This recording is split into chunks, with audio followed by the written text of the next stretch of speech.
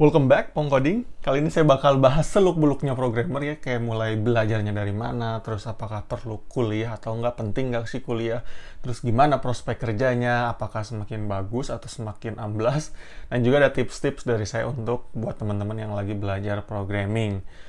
Sebelum masuk ke video, izinkan saya perkenalkan diri dulu. Jadi saya adalah seseorang yang sudah berkecimpung di dunia IT kurang lebih sekitar 8 tahun jadi programmer. Dari mulai awal dulu kerja part-time sebagai PHP developer tahun 2012, terus 2013 lulus, bikin startup digital bareng teman-teman kuliah dulu. Waktu itu ngerjain proyek dan produk. Setelah itu saya pindah kerja ke perusahaan IT di Indonesia, terus pindah lagi ke perusahaan luar ya. Kerjanya secara remote dari Indonesia dan sampai sekarang ini. Nah, di sana saya kerja sebagai full stack developer. Oke, sebenarnya konten ini saya buat spesial untuk teman-teman yang baru memulai belajar programming ataupun yang mau kuliah di jurusan IT. Intinya untuk teman-teman yang masih pemula lah, masih awal banget di dunia programming. Ada banyak banget jalan untuk menjadi programmer, tapi yang paling umum ditempuh di Indonesia itu melalui jalur perkuliahan dulu. Jadi kita bisa ambil kuliah jurusan teknik informatika, ilmu komputer, sistem informasi, RPL, dan lain-lain. Dan sebenarnya ujung-ujungnya itu ya semua jurusan ini ya kerjanya sama aja sih gitu, lowongan kerjanya juga sama. Yang membedakan di sini cuma mata kuliahnya aja nanti. Misal di teknik informatika kita akan lebih fokus untuk belajar programming, analisis algoritma, arsitektur komputer, sistem informasi, jaringan komputer, teori komputasi, dan hal jelimet lainnya yang sangat teoritis banget dan algoritmis banget gitu. Sementara di sistem informasi kita nggak akan mempelajari semuanya banget gitu. Cuma sebagian aja yang akan dipelajari karena di sistem informasi kita belajar sisi bisnisnya juga. Kayak manajemen proyek, strategi bisnis perusahaan, manajemen sistem informasi, dan lain-lain gitu. Terus apakah kalau mau jadi programmer harus kuliah jurusan IT? Well, jawabannya sebenarnya enggak ya, nggak mesti punya background jurusan IT. Karena saya juga punya teman yang dulunya kuliah di jurusan desain FSR di ITB, yang sekarang udah jadi senior engineer di salah satu startup besar di Indonesia. Terus saya juga punya teman lain yang dulunya jurusan teknik industri dan sekarang sudah jadi senior iOS developer gitu. So, jadi apakah masih penting kuliah? Well, saya nggak akan debat penting atau nggak penting di sini ya, tapi saya akan sebutin beberapa keuntungan kuliah di jurusan IT, karena dulunya kebetulan saya juga kuliah di jurusan teknik informatika. Nah, keuntungan yang pertama pastinya adalah ijazah ya. Saat ini di Indonesia ijazah ini masih sangat diperlukan banget, khususnya untuk fresh graduate yang mau nyari kerja. Yang kedua tentunya adalah materi yang sudah terstruktur rapi dan kita tinggal ngikutin aja gitu.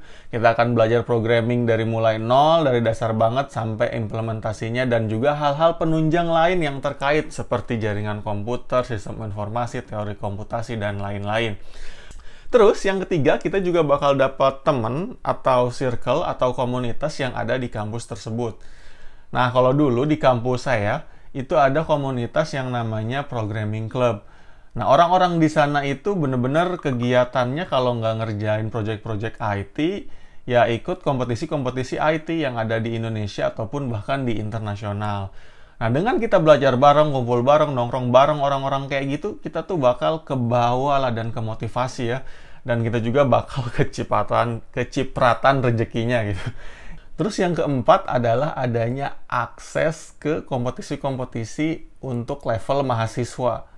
Zaman dulu, saya ikut banyak banget kompetisi IT ya, dari mulai competitive programming, terus kompetisi bikin produk digital, dan lain-lain. Intinya banyak banget. Ya walaupun jarang banget menang gitu, tapi dengan ikut kompetisi kayak gitu tuh kita jadi punya temen satu tim yang kerja bareng, kolaborasi, terus punya goal yang harus dicapai, sehingga skill kita pun ya pasti otomatis naik dengan sendirinya gitu. Nah, yang kelima adalah adanya partnership dengan perusahaan. Biasanya beberapa universitas itu punya partnership khusus, hubungan khusus ya, orang dalam gitu disebutnya, dengan perusahaan-perusahaan. Dan ini bisa kita manfaatkan banget. Ya, contohnya dulu saya kuliah di Institut Teknologi Telkom, ya sekarang namanya Universitas Telkom. Ya, karena sama-sama Telkom, ya dengan sedikit effort ya, cari sana-sini, cari koneksi, akhirnya saya bisa kerja praktek di Telkom. Dan setelah kerja praktek pun bisa ditawari kerja part-time di sana sebagai PHP developer ya. Kurang lebih ya 6 bulan kerja di sana sambil kuliah semester 7 waktu itu, yang pastinya dapat uang jajan dan ilmu yang berharga banget. Dan itu adalah salah satu keberuntungan dari memanfaatkan privilege kita sebagai mahasiswa di kampus. So, kalau teman-teman berkesempatan untuk kuliah, ya maksimalkanlah keuntungan-keuntungan yang saya sebutin tadi. Kalau bisa ya jangan hanya duduk di kelas aja, karena hal-hal lain di luar kelas itu juga sama pentingnya. Terus, kalau nggak kuliah, apakah tetap bisa jadi software engineer atau programmer? Jawabannya bisa banget ya. Software engineer itu nggak kayak dokter yang mesti punya jenjang pendidikan yang bener-bener saklek gitu, bener-bener resmi. Teman-teman bisa coba cek YouTube-nya Bli Eka Putra ini. Di sana dia sharing perjalanan menjadi software engineer di Sydney, gimana dia bisa sampai menjadi software engineer di Sydney, Australia, tanpa menyandang gelar S1. Jadi walaupun kita nggak bisa daftar lowongan pekerjaan karena terkendala syarat minimal harus S1 misalnya, kita masih bisa ambil kerjaan programming dengan banyak cara. Misalnya dengan ambil proyek freelance. Biasanya proyek-proyek gini sifatnya sih cuman sementara ya, dibayar per proyek ataupun misal per jam dengan jangka waktu tertentu. Kerjaan-kerjaan kayak gini biasanya nggak mentingin ijazah sih. Yang penting punya skill aja gitu yang memadai untuk kerjaan yang ditawarkan. Ada banyak banget platform di mana kita bisa nyari proyekan kayak gini. Bisa dari teman-teman atau komunitas, bisa juga dari situs-situs freelance Indonesia kayak project.co.id, freelancer.com, atau situs-situs freelance global kayak misalnya upwork.com, freelancer.com, Toptal, dan lain-lain. Dan kalau teman-teman tertarik untuk nyari proyek kayak gini, itu bisa join grup Facebooknya Upworker ini. Dan juga grup Facebooknya Kami Kerja Remote. Di sana ada banyak banget orang yang udah expert di bidang freelance ini, dan biasanya sering ada sharing lowongan pekerjaan remote juga di sana. Nah, mungkin sekarang pertanyaannya, kalau kita nggak punya background IT sama sekali gitu, kita mesti mulai dari mana? Nah, untuk teman-teman yang sama sekali ngeblank, bingung gitu mau ngapain, mau belajar apa, saran saya adalah jangan langsung ikut bootcamp atau beli buku tentang membuat website, tentang membuat aplikasi Android misalnya. Jangan dulu gitu ya. Jangan dulu karena kemungkinan bakal susah ngikutin. Tapi saran saya adalah mulailah dari algoritma dasar pemrograman dan struktur data. Sebelum kita belajar bahasa pemrograman, kita perlu benar-benar paham dulu soal algoritma dasar. Karena ini adalah fondasinya ya, adalah dasarnya. Inilah yang paling wajib dipelajari pertama kali saat kita pengen jadi programmer. Teman-teman bisa download diktat kuliah yang ditulis oleh Bu Inggriani Liem, karena ini dulu juga diktat yang saya pakai pas zaman kuliah. Setelah sudah paham dengan algoritma dasar, dan juga udah bisa bikin program-program sederhana, misal pakai C, Pascal, ataupun bahasa pemrograman apapun misalnya, teman-teman baru bisa lanjut ambil bootcamp ataupun kursus sambil belajar materi-materi dasar lainnya kayak misalnya database, OOP, software development life cycle, basic networking, basic operating system, dan lain-lain. Tempat belajar di internet yang gratis pun sebenarnya udah banyak banget. Tinggal kita pintar-pintar aja milih materinya. Ini ada beberapa sumber berbahasa Indonesia dan juga berbahasa Inggris yang menurut saya pribadi bagus banget. Silakan teman-teman cek.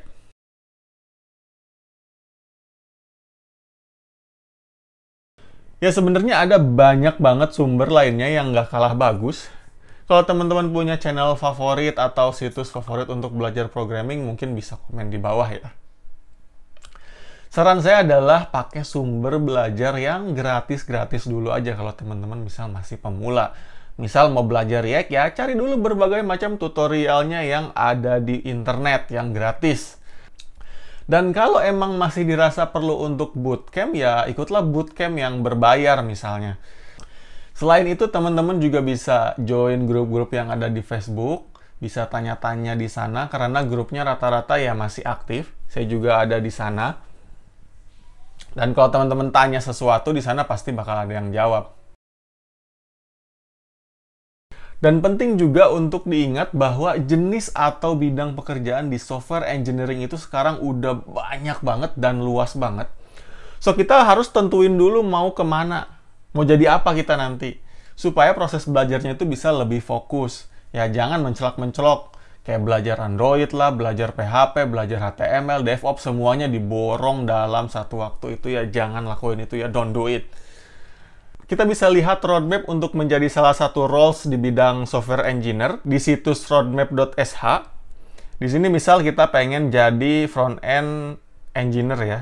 Nah, di sini kita bisa lihat roadmap-nya dengan cukup jelas. Kalau mau jadi front-end developer ngapain aja, kita di sini harus belajar internet, apa itu internet, gimana dasar-dasar internet, apa itu domain, terus kita bisa belajar HTML, terus CSS, terus JavaScript, terus belajar version control system, dan terus kita bisa ngikutin roadmap-nya ini.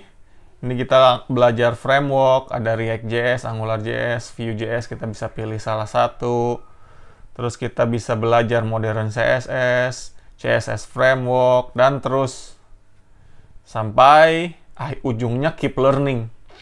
Jadi programmer itu kita nggak akan pernah berhenti belajar. Walaupun kita udah kerja, walaupun kita udah expert, walaupun kita udah 10 tahun jadi software engineer, tetap kita harus keep learning. Karena teknologi itu terus berkembang dengan sangat cepat. Jadi kita memang harus terus belajar dan belajar ya. Sampai kita pensiun jadi programmer. Nah, sekarang kita ngomongin gimana sih sebenarnya prospek kerja dari programmer. Lembaga Ketenagakerjaan di Amerika menyebutkan bahwa jumlah pekerjaan yang berkaitan dengan software developer akan naik 22% dari tahun 2019 hingga tahun 2029, di mana kenaikan ini jauh lebih tinggi dibandingkan dengan jenis-jenis pekerjaan lain yang rata-rata naiknya itu hanya 4%. Dan hal ini sebenarnya saya rasakan sendiri ya. Jadi pas zaman dulu saya lulus kuliah, lowongan pekerjaan sebagai software engineer itu belum sebanyak sekarang. Dan variasinya juga cuman sedikit. Ya dulu nggak ada namanya DevOps engineer atau machine learning engineer atau front-end developer, itu dulu belum ada ya. Kalaupun ada mungkin ya hanya sedikit banget. Biasanya programmer itu ya handle semuanya karena memang masih sederhana banget kalau zaman dulu. Kalau bikin web ya pakainya HTML, CSS, jQuery sama PHP. Ya udah itu aja gitu. Servernya juga dulu ya masih pakai VPS kosongan gitu, belum ada namanya Docker, Kubernetes, AWS, GCP ya dan lain-lain. Tapi sekarang kita bisa lihat job untuk programmer tuh banyak banget jenisnya. Ada front end, back end, mobile, DevOps, machine learning, QA engineer, dan masih banyak lagi. Ada banyak banget.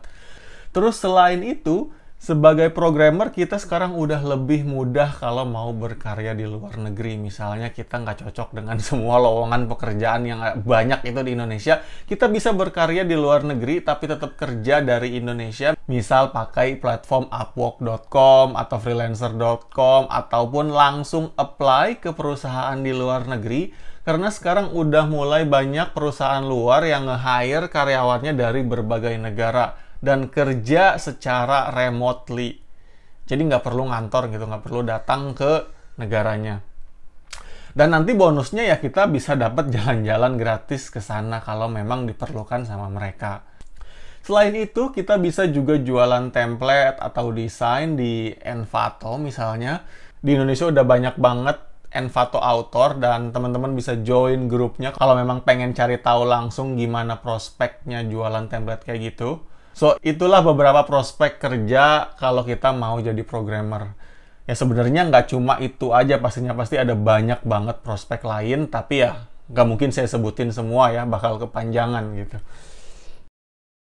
Nah, sekarang kita akan ngomongin kisaran gaji programmer. Berapa sih gaji programmer? Jadi kemarin saya udah survei beberapa teman saya yang saat ini kerja di perusahaan IT yang cukup bagus menurut saya pribadi. Ada yang di startup unicorn, ada di perusahaan yang besar tapi bukan startup. Intinya ya perusahaan-perusahaan IT yang menurut saya bagus lah. Untuk junior programmer atau fresh graduate baru lulus kuliah, itu mulai dari 4 jutaan dan biasanya kita akan berada di level ini selama 1-2 tahun ya, tergantung kemampuan kita. Terus kita akan naik lagi ke level middle di mana gajinya mungkin sekitar 6-10 jutaan dan di sini juga kita bakal stay 1-2 tahun juga. Setelah itu kita bakal naik ke level senior programmer atau senior software engineer di mana gajinya itu di atas 10 juta biasanya.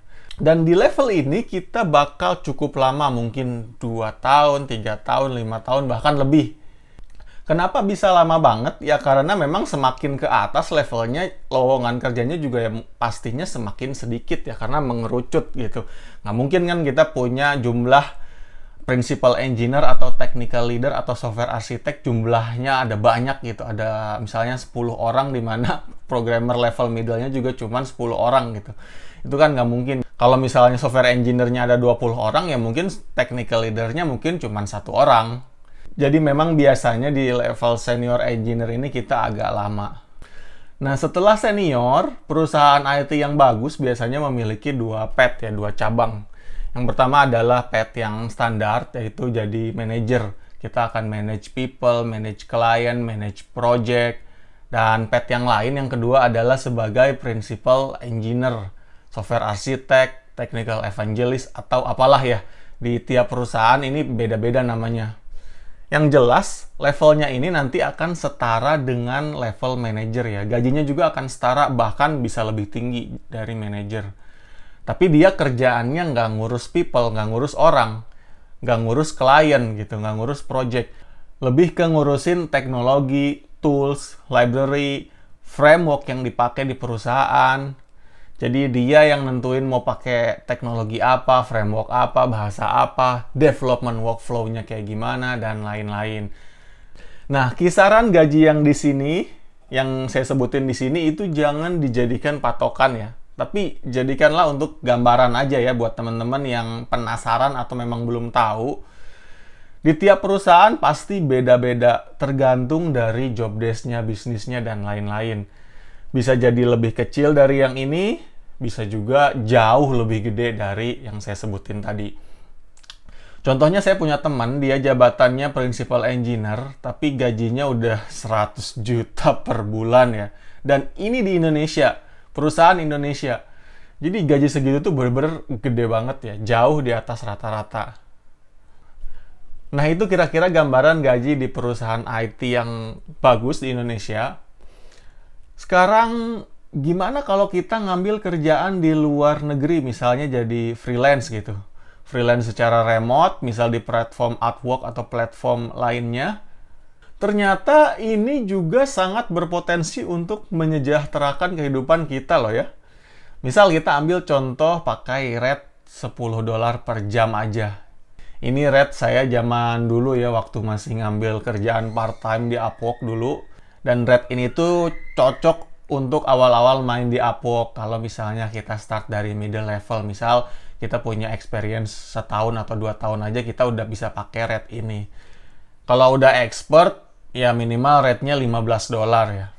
Nah, balik lagi, $10 per jam itu berarti 140.000 per jam. Kita pakai currency 14.000 aja. Dan artinya kalau kita kerja 8 jam, berarti kita dalam sehari akan mendapatkan 1.120.000. Dan misal sebulan kita kerja 20 hari kerja aja, karena Sabtu Minggu nggak kerja dan juga kita ngambil cuti misalnya 2 hari karena sakit atau apapun, itu kita akan dapat 22,4 juta, dikurangi nanti platform fee, misal platform fee-nya 10%, itu kita akan dapat 20 jutaan ya per bulan. Nah, itulah gambaran kira-kira penghasilan dari kerjaan freelance yang kita lakukan secara full time. Jadi kalau kita jadi software engineer itu bisa banyak banget milih jenis pekerjaan. Kita bisa kerja di Indonesia, ataupun kerja remote, ataupun kerja langsung ke luar negeri. Itu bisa banget. Dan teman-teman tinggal pilih sendiri yang mana yang paling sesuai lah. Dan penghasilannya pun cukup menyejahterakan lah. At least kita bisa hidup dengan tenang ya, bisa beli gadget, mungkin bisa nyicil rumah, bisa nyicil mobil, bisa nyekolahin anak, dan lain-lain ya. Selanjutnya saya mau share tentang tips-tips untuk programmer pemula atau teman-teman yang pengen memulai programming. Yang pertama adalah istiqomah. Jangan menyerah, jangan putus asa. Karena jadi programmer itu susah banget ya. Lebih susah dari yang dibayangkan. Dan nggak ada yang namanya programmer itu instan. Cuma sebulan, 2 bulan belajar, terus bisa langsung kerja. Itu nggak ada ya. Jadi bersabarlah, nikmati, jangan menyerah. Yang kedua adalah buatlah project yang bisa dipertanggungjawabkan. Artinya project yang real gitu, bukan yang asal-asalan, bukan cuman ngikutin tutorial. Gampangnya carilah project yang berbayar. Supaya kita lebih semangat dan setelah selesai ada hasil yang bisa kita nikmati ya. Dalam hal ini ya misal uang gitu. Atau kalaupun nggak ada project berbayar ya carilah kompetisi atau apapun yang bisa bikin kita lebih komitmen terhadap aplikasi yang kita buat. Nggak perlu jadi expert dulu untuk ngerjain project. Yang paling penting adalah pede aja dan yakin kita pasti bisa gitu. Nanti pasti ada jalan kok. Ya paling kita jadi begadang gitu setiap hari sama mungkin stres. Terus yang ketiga pastinya adalah bahasa Inggris. Belajarlah bahasa Inggris karena ini wajib banget pokoknya. Semua dokumentasi, framework, library, dan lain-lain tertulis dalam bahasa Inggris. Stack Overflow juga bahasa Inggris, error message juga bahasa Inggris. Sekarang pun perusahaan-perusahaan di Indonesia interviewnya udah pakai bahasa Inggris, nulis dokumennya udah pakai bahasa Inggris. Intinya dengan memiliki bahasa Inggris yang baik, itu akan sangat membantu melancarkan karir kita sebagai software engineer. Yang terakhir, biasakanlah untuk memahami fundamental atau basicnya. Jangan langsung lompat pengen cepat gitu. Pelajarilah JavaScript sebelum belajar React, pelajarilah PHP sebelum Laravel, pelajarilah Python sebelum Django, pelajarilah CSS sebelum Bootstrap, dan pelajarilah algoritma dasar sebelum belajar semua itu.